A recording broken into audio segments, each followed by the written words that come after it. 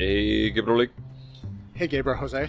where are we today? I'm still in San Francisco, but I'm not in the same place on my couch. Finally, Lord, your New Finally. Year resolution has I come moved. to happen. Yeah, I went all the way out to the Richmond.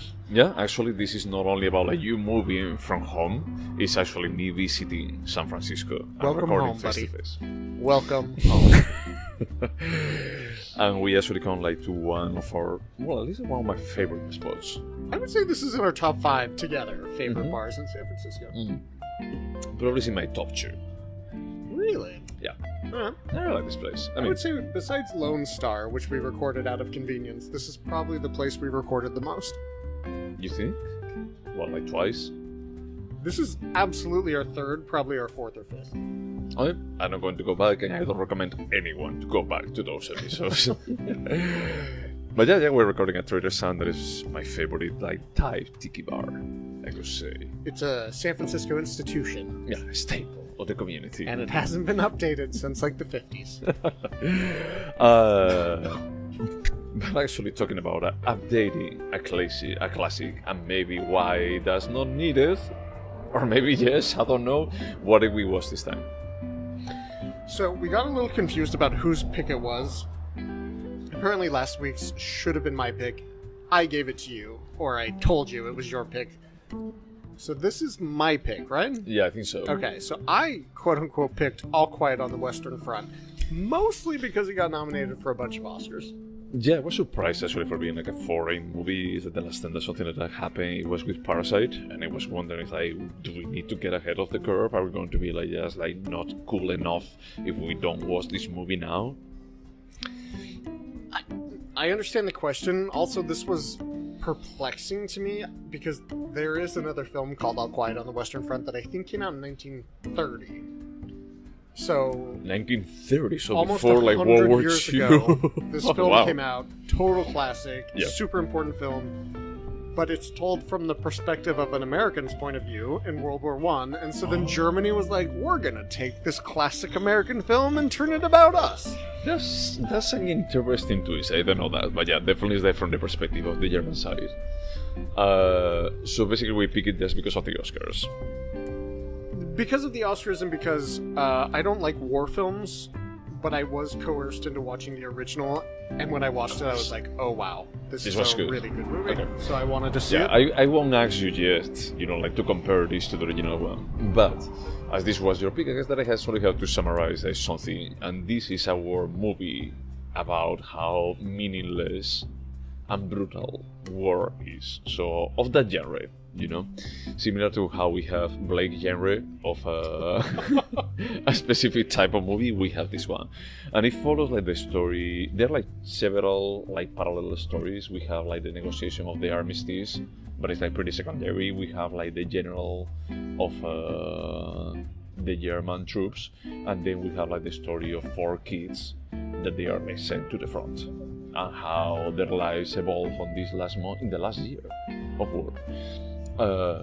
So we don't get like too much development about like those characters. It's a bit more about like their misery and how they make barely no progress in the Western Front. And the idea is that they're going to be like conquering Paris in 2 weeks, and they spend a year and a half without moving too much. Is that they get into the French territory, but they basically are like stealing stuff from farmers. Nothing serious. And I think that's pretty much the whole summary. Yeah, I mean, I don't know how much into the weeds we want to get. I mean, the main character is 17 years old, and he desperately wants to. Yeah, they have fight like for this his country. patriotic. Yeah, they have this patriotic feeling of, hey, we're going to be heroes, and we're going to be like coming back and going to be like killing so many French people. But then they get to the front lines, and very quickly, it's just brutal as fuck, just like war. Yep. And yeah, I don't think there's much more to tell. It's 2.5 hours of watching why war is stupid.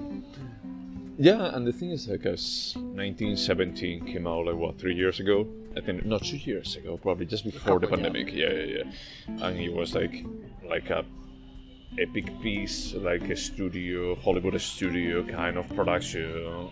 The story was basically non-existent. I had a feeling that here is that there is not a big desire of making a big story. So I'm just going to jump right into the first film, which apparently was based on a very good book. Mm-hmm. And I have this context. You didn't see the first film. Nope. And I have not read the book. I didn't even know that this was a remake until you told me. So I'm just going to talk about the experience of the first film. The entire thing is first-person narrative. The entire thing. You see this young, naive kid wanting to join war, and then you watch it destroy his life and the life of everyone around him. The original film did something that I think was very smart in that it continued after the war was over, and it followed the soldiers who got to go home to their homes, and it showed how war destroyed them. Yeah. So just talking a bit more about like the PTSD that they actually keep. Yeah, and they go back, and I read that one of them tries to reintegrate into a school, but he can't relate to his teachers, the principal, and he's just ruined as a human. But that requires for us just like treating your characters, as human beings. In this case, they are like basically vehicles for just saying that is that they are like young, idealistic people that they got managed by the propaganda of the country. Yes, which I think the first film did better than this film because it's, like I said, first-person narrative all the way. You just see this one person's experience with the war. He watches his friends die. It destroys him as a human. He goes home. He can't respond, or he can't interact. While the 2022 version, I think, is a very good film. It is a very good film, in my opinion. Okay. It had problems with the fact that it also wanted to follow the story of the armistice happening, which is the end of the war. Yep. And it cut out that piece about the soldiers who wanted to go home and how they can't fit in anymore. I wish that I actually had that. Me too. Yeah. I think it was a big problem. Yeah. They did. I mean, for me, it's like it doesn't go anywhere. It's like for me, I'm going to say we went like to buy some stuff earlier, and I say like, hey, I have like a joke prepared. Is that this is a movie about like how meaningless war is, but in 2022, I feel like it's a meaningless movie. Let's unpack that a little bit. But first, I want to backtrack. Sure. And just say one thing about how... Okay, I lost my thought. We're going to go directly to yours. How is this meaningless? Because it shows how purposeless war is. Which has to be more relevant today more than ever. Like, what these people experience on the screen is what Ukraine and Russia are experiencing every day. Yeah. But at the same time, is that don't you think that we have like a lot of films that actually explored this topic before? Yes. And they actually give like personality and humanity to their characters. Yes. So what the fuck is this movie bringing to the table? What does this movie needs to happen? That the only thing that I actually like this movie brings to the table is that it's World War One, not World War Two. It's World War One. It had a badass soundtrack. Oh my god! Don't get me started with the soundtrack, because if you were pissed about like women talking, you know, on this one is like if it makes no. Let me just say this: it makes look like the Inception, like Buron, you know, like the Inception, like kind of soundtrack, you know, like that special effect. It makes it look like nuance to this like pam pam pam that they repeat like 20 times across the movie. It's like I was so pissed with that. I just felt like, okay, so you are like just taking me out from where we are. If you use silence, this would be like way more powerful. It would be like way more powerful, for example, when we see all of the young kids like waiting there, like just silence, no music whatsoever, and just like the clapping and the hoorays that they actually express. I don't want to hear music on this. It was like pretty stupidly handled. Not heavy-handed, stupidly handled. Would you call it music? Because what I'm referencing specifically is this like bass-heavy line that's kind of menacing. Yeah, that one. But it's like that one is actually for just like just handling how you are supposed to feel. As you said, it's like it's menacing. Don't give me that. Give me just the same. Give me actually the actors. Actually just build some character on them. Hold on, I'm thinking about this because women talking, the soundtrack was so overbearing. I fucking hated it. And this film, it really worked for me. So I'm taking in your... I'm taking it in. Hold on, just let me think. What I enjoyed about it was, one, it sounds more modern. Yeah. And two, it doesn't spell how you're supposed to feel. You actually describe it as menacing. The subtitles, it says menacing music. It does say menacing, but it doesn't say, this is where you're supposed to feel sad and longing. It just said, hey, something here isn't right. Look at this. But, dude, in any case, regardless if it's like feelings about sadness or feelings about like feeling menace and thrill about to happen, it's like the sound shouldn't be the driver of those feelings. It's like, it's artificial. I find myself in an interesting position where I'm suddenly defending this film. That I don't feel like defending. But I feel like the film does what you're saying. So, like, when the main character gets to the trenches, first thing in the film, like 30 minutes in, he murders a man with an axe. There's no music. It's just fucking brutal. Well, no, it's even before that. It's like in the opening scene where we have like an unsung hero. Not unsung hero, but it's like a guy, because it looked like Germany were like just thinking about like, hey, we are going to be like completing this war in 3 weeks. Don't worry, we're going to be like invading all Europe in no time. And we see like a group of people that they are like just charging from the trenches, and the guy dies, and then we follow like the life of that uniform, no? Yes. At that point, they had already used that music, and they used it like 5 times. Like that, like pam, pam, pam. I hear your complaint. I'm not saying you're wrong. For me, it was fine because it wasn't saying how you should feel. It was saying, pay attention to what's happening. Oh, because it was mother. That's very different than women talking, where it's like, now we saw Ben Whishaw, and he looks off into the field and cries, and we hear the surging violins, and we know we're sad. That is not the sort of condescension I got personally. This is all subjective. I hear what you're saying. It worked for me. But in any case, it may have worked for you, but can you actually agree that it was like a heavy-handed in the situation? That is like you could have like more subtles and more adapted to the medium that you have for handling it. Yeah, I have to say I was mildly checked out of the film until the music came on, and I was like, I'm interested. Tell me more. It pissed me off, honestly. It's like when I listen to this, it's like, dude, what the heck? It's like, if you're going to be like doing this kind of modern stuff, so if you're going to be like doing like a movie based on World War One, don't bring this shit. It sounds like Inception. Honestly, it's like this is not subtle in any kind of way. It's like, I want more character development. If you want me to just see how meaningless war is, just develop this character. Just give me more than, hey, I really want to go to war. It's like, are you going to be returning with your parents? It's like, no, I'm not.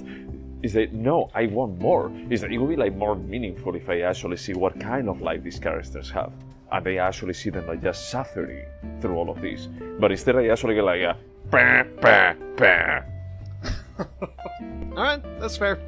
So what do you think about the fact, and we don't often see this, maybe in American cinema when we talk about the Iraq War or the Vietnam War, but it's not often you see a war epic like this told from the losing side, which this film comes from Germany. They certainly lost World War One.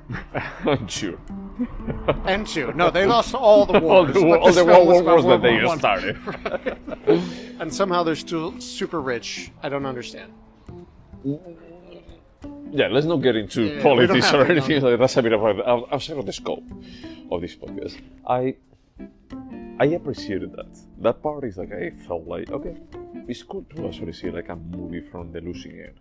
It's like it's cool to actually just see how they are like fighting reality on the idea of you guys are not moving a single inch, and you guys still like throw more and more people. But the thing is, everything is a bit more like narrating what is happening.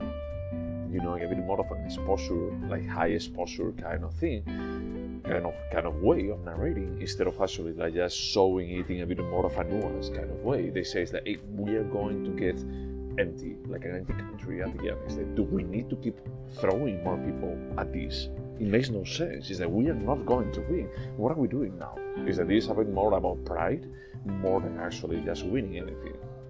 And I will say that thought is the one thing that I thought this film excelled in, because while I have my complaints about the inclusion of the armistice storyline, where we see they're constantly chasing the armistice, we see that the leaders in charge agree the war is going to end at 11 a.m. on a certain day.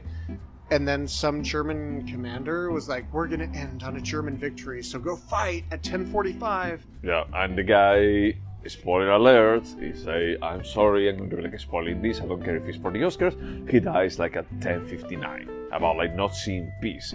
There is which is heavy-handed as fuck. It's exactly that. But it did underscore the futility of war, which is the point of the film. It's like if you had done it like for 2 hours, it's like I don't need those additional 10 minutes. It's like, yeah, I already know your point is like war is meaningless. If the guy, I didn't even care if he died at the end or not. I didn't. Honestly, because he's not developed as a character. He's like, if he dies, like, yeah, okay, so this actually, instead of giving me like 3x meaningless, war is meaninless, it gives me like 3.2x war is meaninless. It just felt a bit more like, hey, you have a point that you want to make. You have done it in 90 minutes. Why do I need more than 2 hours for that? That is 100% accurate. This could have been done in 90 minutes. Even in a short, probably. If you're not going to be like developing your characters, remove the armistice, remove like the general having dinner with a Great Dane. It's like, we have 90 minutes. There is no more need for anything. I agree with everything except the fact this could have been a short, but we'll talk about that when we get to the questions. Yeah. No, I totally see your point, and I also think the film, by opting to include all of this extra material, the superfluous stuff. Yeah. It kind of. It made a claim. It's like, hey, we're going to try and address all of these subjects, and it became watered down. Yeah. I agree with that. Yeah, I mean, the thing that I actually just felt surprised is like at the beginning of the movie, I felt it's like, okay, you know, like the Inception-like music is like, for me, it's not working, but you know, I'm going to be like rolling with it. I see that this is a movie like 1917 that is like, you don't really care about the characters, that they are just vehicles for just like talking about the First World War, but sure, I'm going to roll with it. It's pretty well done. You know, it's like from a crafting perspective, it's high production value. It looks like they really like this setting and they want to do the most with it.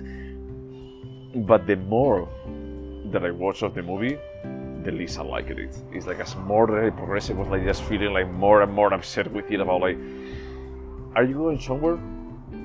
So if you had to reduce your complaint to one of the basic building blocks of a film, would you blame it on the script? Probably, yeah. The script, because it wasn't the performances were good. I see what you say. The main character wasn't asked to do a lot. Yeah, I mean, for me, this was an honorable mention in terms of war film, but it can't compare to the first. I haven't read the book. And in terms of even how it compares to films like, let's say, The Hurt Locker, I think it's less urgent, less timely. Yeah. I don't know. Imagine that is like there is a studio, or Netflix even, that is that they actually say that is a... How did they come to the conclusion of we need to make a movie about this? Or a director, like actually saying, is that, hey, I was 1917 like 3 years ago, because this was before the pandemic. I think that is the perfect timing for doing this, because it's not about like Russia and Ukraine. It's like, I understand your point about like, hey, we have a big war going on right now, but this is not really related. It's a bit more of a general statement, and a general statement that doesn't personalize for just like making you feel in any kind of way. So for me, everything that it was heavy-handed about this movie failed completely. If it was doing like the part that you were talking about, is that, hey, we're going to be like taking it to the real world that you can connect with, maybe I would connect in any kind of way, but the only outside of war world that we see is a minute. Yep, I can see that. And I felt like, seriously, is this nominated to anything? I watched close. I think that EO is better than this. I'm just giving what a the hint. Hell? Sorry, I'm in shock here. I don't even know what to say. Dude, because it's that this is well produced, but it's that this is not a movie that is important. This is not a movie that is going to be like bringing anything to the table. But seeing a donkey driving a movie is at least like just bold. Not good, but it's bold. Is this place so safe? I'm sorry, nothing I saw in EO was like, oh wow, I see this in the world around me. I saw a ton of like Russia, Ukraine in All Quiet on the Western Front. and you're going to hate what I'm going to say right now. Let me just ask you about the Thin Red Line. I know that you love Malik, so... I've never seen it. I hate Malik. I will not watch it. Fuck you. I have my next pick. But no, listen, dude, there is like a lot of movies out there. It's like we actually, from Apocalypse Now, from the 70s... And like Saving Private Ryan, all of those really good war films. You're laughing right now because it's Spielberg, whatever, but it's like, dude, it's that this is not a new genre. It's like I don't have any fucking idea about like what we're thinking about. Like, oh, dude, it's like we are like breaking ground with this, and what the Academy actually saw on this film. It's like I just feel it's like, hey, if you want, I think that it would actually be like more important right now doing something like the Russian version of 12 Angry Men. You know, about like to display the Russian versus Ukraine, like conflict that is happening right now. But that makes an assumption about what the filmmakers wanted to say, which could, what you just said could be accurate, but I keep going back to this interesting fact that Germany was like, hey, we lost that big war in 1917. Let's tell a story about not only how we lost, but about how useless it was. But I don't see the merit on that. I don't see the merit of actually like, hey, 100 years ago, more than 100 years ago, we make a really big mistake and we actually screwed up. It's like, could you give credit or kudos because they do like a movie about World War II and they screwed up? And then what I'm mistake? saying is I find merit in the fact that America, I could be wrong, likes to make war films about wars it won or it convinces itself it's won. I find it interesting there were filmmakers in Germany who were like, hey, the Americans told this story, it was brilliant, let's retell it from the losing side. That's interesting. I don't fully agree. I mean, there are like movies about Vietnam, and they didn't win that. Yeah, but America lies to itself and says it won that war. That's why I carefully couched and said, America tells stories about wars that it they won, thought that or it claims it won. Dude, I don't know. I mean, it's true that it's fine to talk about that, but at the same time, it's like I don't see like a strong message here or anything. It's like because the armistice story that we see is like the guy. Who is that guy? We saw him something like the guy that is like signing the armistice. I don't know, but he's very handsome, right? Like the guy with the football neck. And well, he wore like glasses in a couple of the scenes. He's like a villain from the Marvel movies, but he's in something else. I'm pretty sure that we saw him in something else. But I mean, I didn't think like too much because after watching this, I was like just so pissed that it's like, no, I'm not done with this. I don't want to just like investigate more. Yeah, I mean, I think the more that I think about it, well, I will still say that I like this film. But, of course, I have to compare it to other war films that I've liked. And the two that come to mind are the original All Quiet and The Hurt Locker. Both of those films did an exceptional job of staying out of is this right or wrong. It was just more like, hey, people are asked to do this and they do it and it fucks them up. This film gave that up. Yeah, I mean, it frustrated me because I was expecting is like the part is like, hey, we see what is the main character? Peter. Okay. I don't remember. Yeah, well, whatever. Because that's the thing is that you don't remember because we don't care. Yeah, they don't I really didn't care about the main character. No, I mean I felt sad he experienced bad things. Yeah. But is that his best friend dies in the first night when they actually tell him that you're not going to survive tonight, but he actually does. And that everyone around him that he actually even like just like gets friends with is that they keep dying along the movie. But the only change that we see in him is in the last 10 minutes. No, we see a pretty dramatic change from him. Like, if you think about the first conversation where they're like, don't enroll, and he's like, what, am I going to be left out? And then you watch his best friend die and he kills him. He arrives as cocky, but it's like even at the end, when they go back to the farm that they stole like 1 hour and a half into the movie that it should have ended at that point, it's like they actually go still to the same farm and blah, blah, blah, whatever, but it's like, he's still the same person there. He's still the same person, and he only changed for the last. Hey, we had like 3 hours for just doing something with this war. He's like, at that point, he's like, okay, I'm going to be like a mindless drone now. I feel like so pissed about like, dude, seriously, is that this guy should have been destroyed by this point, not now. It's so lazy screenplay writing that is like I've seen your point for most of this conversation. That point I don't get. Because you don't, like, when you go through a really traumatic experience in life, you don't stop being who you are. You've changed.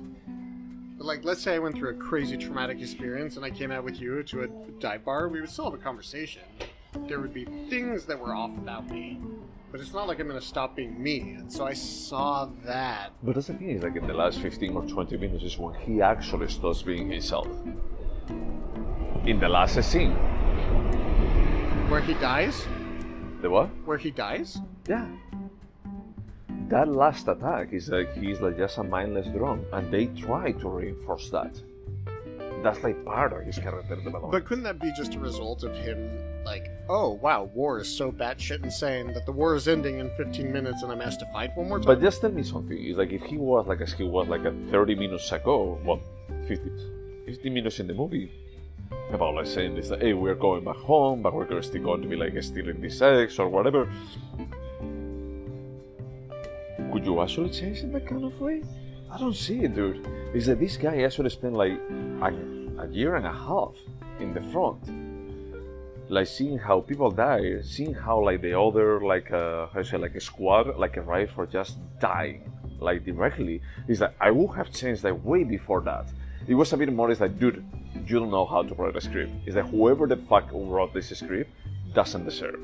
But didn't you see a huge shift in his character from that cocky kid in England to even the second he arrives in the trenches and he can't even move, he can't speak, he watches his friend die? Let's just say that it's like there is a milestone at the beginning that is like, hey, I survived this night, my friend dies, and it's like I had to move on, I had to collect the dog tags for this. Because that's what you have to do in real life. Yeah, that's true. And he continued on traumatized. Yeah, but it's I just think is that then you actually are like almost 2 years on the front with no progress, just realizing about like how meaningless all of this is, and it's like, oh, it's the last day, the last 30 minutes where it actually just turn you from someone that still has humanity to someone that doesn't have any. I just feel it's like, dude, it's true, you are not making an effort for developing characters, for actually giving me background or anything. But this is an insult to the audience. I feel like I'm probably projecting my own shit here, but I went through a pretty traumatic 2-year experience. I didn't find a war. I want to be super clear about that. But it dramatically changed me and my personality, and it was traumatizing. And I came back still making weird jokes, but I was deeply affected underneath. But you were the same person, and it was 2 years, and probably you and actually... And that's my point, is he's still the same person. He's no, deeply he's traumatized. Not. He's not. At the end, he actually usually like, he actually turns into a drone. It's almost insulting. It's like, dude, you are no longer like a human. If you were like the person that you were like 30 minutes ago that you were looking forward to go back home, you'd be like, yeah, I'm going to be like doing that, and I would actually just stay behind. The last 30 minutes of the war where he knows he's getting sent to die. Of course you would act differently.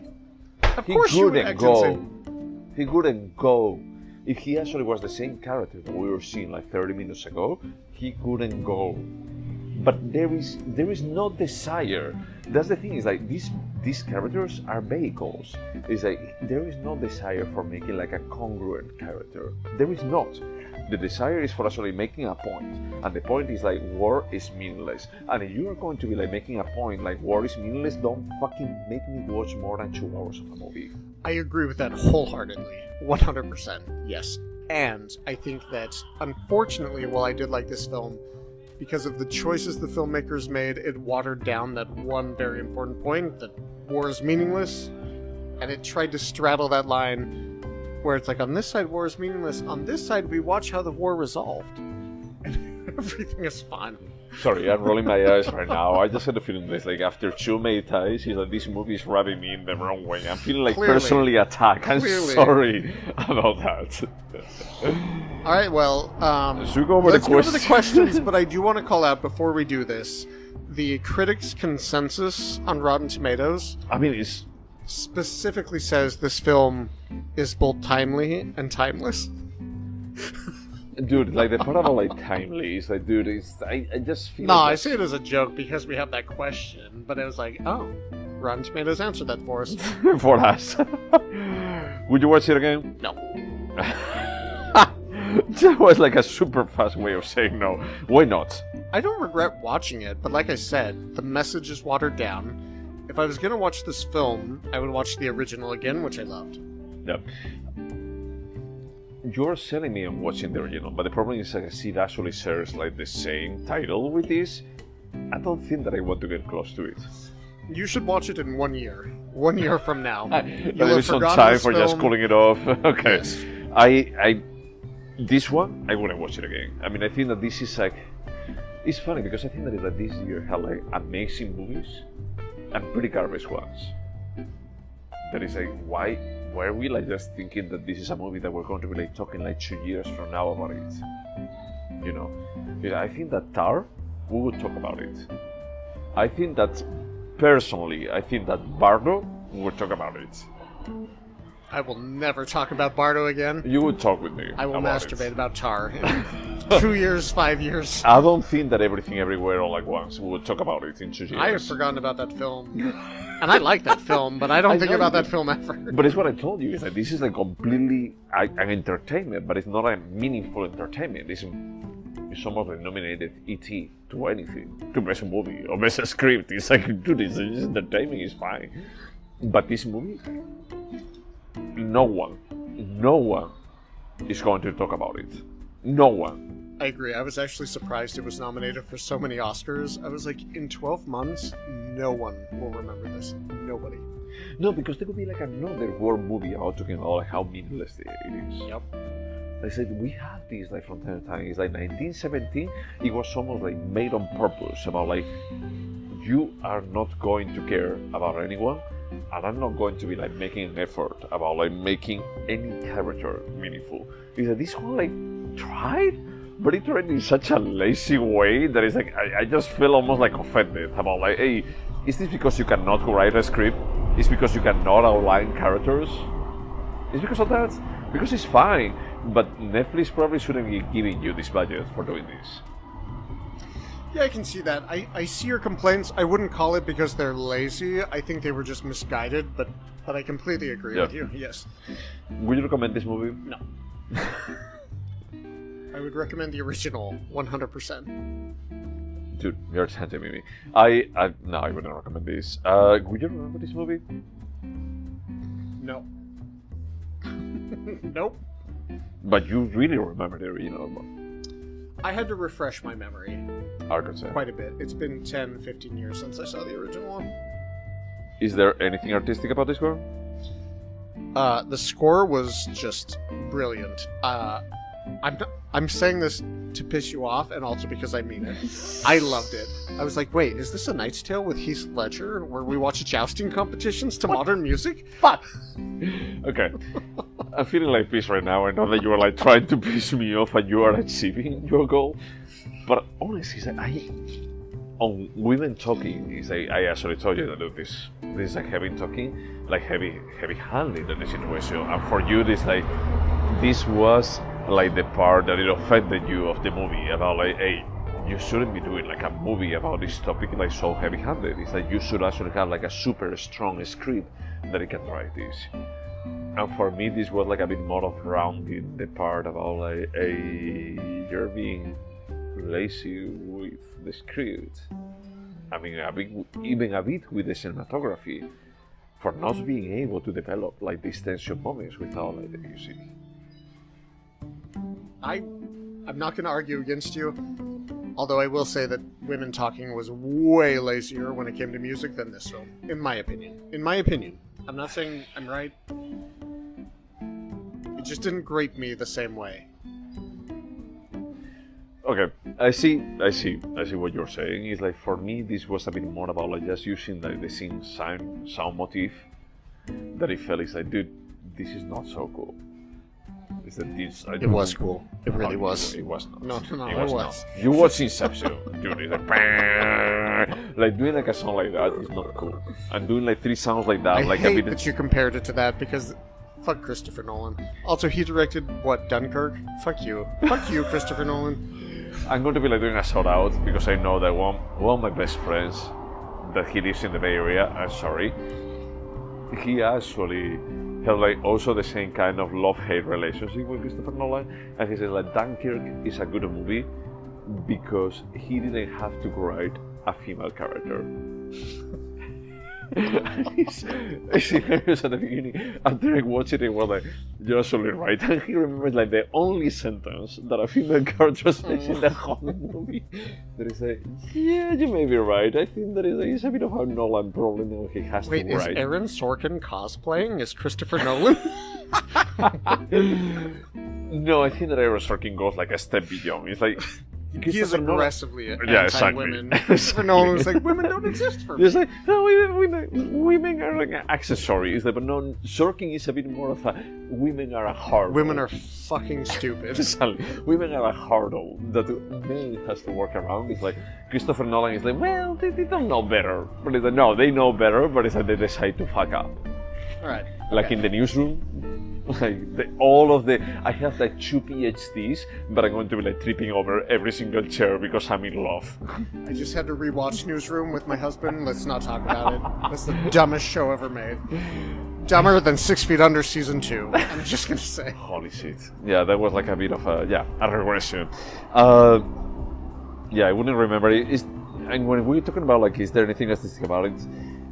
I think that there is. It's not the music for me, but it's like the cinematography, and you know that I'm a bit more of a Hollywood Golden Age studios kind of thing, and it's like I love when they do this kind of stuff about like, hey, we're gonna be like putting a lot of money for doing like a single take that there isn't. It's more like just like putting your dick on the table. You know, like I can do this. What do you think? You really should check out the original film because it's 1930s Hollywood. Big scale, epic. It's amazing. Yeah. I mean, I'm tempted because what you're telling me about like, hey, the characters get developed, the characters actually have like some PTSD that I was honestly, I was expecting this to happen here. And it did. It almost felt like, hey, you are like building to something that it never really gets to happen on the screen. Is it a timeless piece? Yes. Yeah, I agree. I mean, it's about like World War One, but sure. It is historical about what happened, but it's also just, hey, war's fucking dumb. And we will have like 10 more movies about it in the next 10 years. This year. Probably. Could you turn it into a TV show? No. I don't think they even have to discuss about it. It was already 45 minutes too long. Don't show me 6 hours of this. Could this have been a short? No, and I'll go back to your comment earlier. And I'm honestly confusing the remake with the original, but the original succeeded in the fact that it made you stare war in the face and see how stupid it is and how damaging it is. That was the success of the first film. It didn't work here. So I guess if I were to strictly answer the question, would the 2022 version be able to be made into a short? Maybe. My answer is a round yes. If you're not going to be like developing characters, if you're not going to be like developing the story, you know, or the kind of the scope of like they go back to society and they have been destroyed by it, fuck off. This is a 30-minute short. But let me ask you this. Movies about the Holocaust are important because what happened is humanized, we see what happened in history doesn't repeat itself. That works even if we don't get to know a Jew that was murdered, right? Why doesn't this film work for you?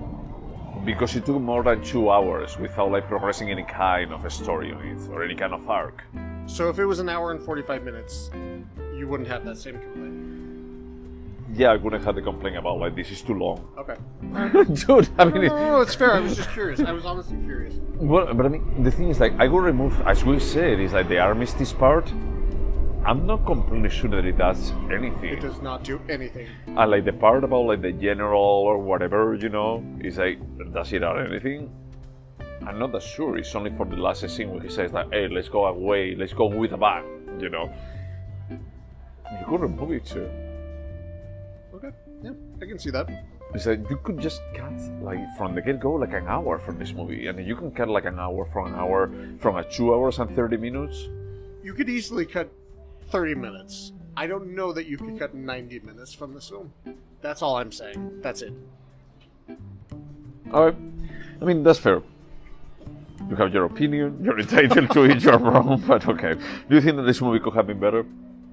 More of the score, I think, could have really made me feel like devastated about it. Yeah, I think there should have been a very strong editor when it came to the script. Not necessarily like from a cinematography perspective, but somebody should have been like, we need to cut this armistice plotline out completely. It doesn't add anything. Yeah, for me, it's like if you're only going to be like doing this, if you're like following this, it's like I think 1917 already did this. Like if this is your point about like how meaningless it is, because like this is a guy like running through plenty of battlefields. But that's why I keep going back to the fact I think the interesting thing about this film is that it's told from the loser's perspective, because 1917 again, it was told from the winner's perspective. But I don't think that it does anything, honestly. Well, that's why I think it's unique, not that it's important or like valuable. Because it's the just thing, as you were saying earlier, it's like, hey, Apocalypse Now, another movies about like Vietnam, and maybe like just narrated from a perspective. It's like, we're going to be obedient that we didn't win this war, you know. But it's like, it's still about the point about like how meaningless war is, but they don't want to rub in the face of Americans about like, hey, we lost this shit. It's like, don't build these castles in the sky about this war. They don't want to challenge that, but they want to just still like just transmit the same message that is that war is meaningless. So this is, as you said, is that it's unique from the perspective of the losing side and being like high budget, but does it matter? No, maybe it doesn't, and I'm fine to admit that. Yeah. So, I mean, for me, that this movie could have been better. Maybe it would have been more about like, hey, this could have been better if it was the original movie, as you are describing it. One day we'll watch the original, and I'll be like, I told you so. Shit, okay. I don't know if I'm prepared for that. One day maybe. Should we score this? Yes. This was my pick. Yep. You score first. I debated a lot about like what the score is. What my score is for this. I'm going to go with a 6. I had a very similar experience to the last film we scored. I started out this conversation as a 6.5 and it went down to a 7. So your score is a what? A 7. 7. A 7. Okay. Okay, because you were saying about like you started with a 6.5. 7.5. I started out with a 7.5, but through the conversation it went down to a 7. I was tempted to like bring in like even more down. I don't know. I mean, I'm just trying to, how do you say, like placate like the feeling that I have right now with several of my ties about like this movie offended me. I didn't have that strong visceral reaction. I respect it. But no, this for me, this was like, okay, this is a good movie. I find it funny because I don't know who of the two of us feels more offended when movies go like over 2 hours about like, are you respecting my time? 100% me. I'm gonna go and do a report on our Excel spreadsheet and see how many people or how many films you picked over 2 hours and how many films I picked over 2 hours. You picked this one. I did pick this one, but this is the exception, not the rule. Okay, go for it. Go for it if you want to actually like just add a question about like, does this deserve more than 2 hours? Alright, I will. Yeah. I mean, but nowadays the standard is that most of the movies are like, they know already that it's like 90 minutes is already like too long. It's like, can this be turned into a TikTok? But this is actually an interesting trend since cinema's kind of reopened. Like, I feel like everything is 3 hours now. I mean, you're thinking about like Triangle of Sadness, Tar, Bardo. Is that this year has been like exceptional. There's so many 3-hour-long movies. Yeah, and then you had like Everything Everywhere All at Once. That is like 90 minutes because there was no way of standing this. So I don't know. I mean, for me, it's not like the final nail in the coffin, you know. But it's not helping this movie. It's not making it any kind of favor. It's just like, dude, you don't even know about like what to make with this movie. This is not going to be your saving grace. Like just adding like 40 minutes to it. We haven't even mentioned the name of the director, but it doesn't matter because I've never seen anything else he's written. A part of me, you know what I'm more interested about this movie is about like how Netflix decided to actually put money for it, because this is not a cheap movie. But did they pay for it, or did they just buy distribution rights? That's a good question. I don't even know that. Because that's the funny thing, it's like about like Sundance, Tribeca, and all of these like independent film festivals, they have become like a platform for selling your movies to streaming platforms. Yeah, but also Netflix wants to sell with Netflix originals when really they just go around the world and buy. That's true, yeah. So, it's the time. You have to say what we're watching next. We didn't decide. We usually decide before the podcast about like what we're going to be like watching next. I hesitate even picking this because. Oh, you're picking something for good. You're not giving me a choice. No. This Okay. is my pick. Okay, no, you good. I respect it. I'm nervous about this pick, but I'm gonna pick it. We're gonna watch The Godfather Part 3. You are a fucking asshole. No, So that was a joke. okay. We're gonna watch The Godfather. You know that we're going to be like pulling from the thread for this. Holy what? From the thread, and we're going to be like watching the other two. That's fine. And we're Really, going. I just want to watch 3, so whatever you do. Okay, you want me to just hear me infuriated? Did you know that I actually is like one of the first DVDs that I actually bought? It was like a collector edition of The Godfather 1, 2, and 3. And you watched all 3? Yeah. Were there deleted scenes with Sophia? I would watch those. Sophia tries to be more dramatic, and she doesn't live up to expectations. I know, man.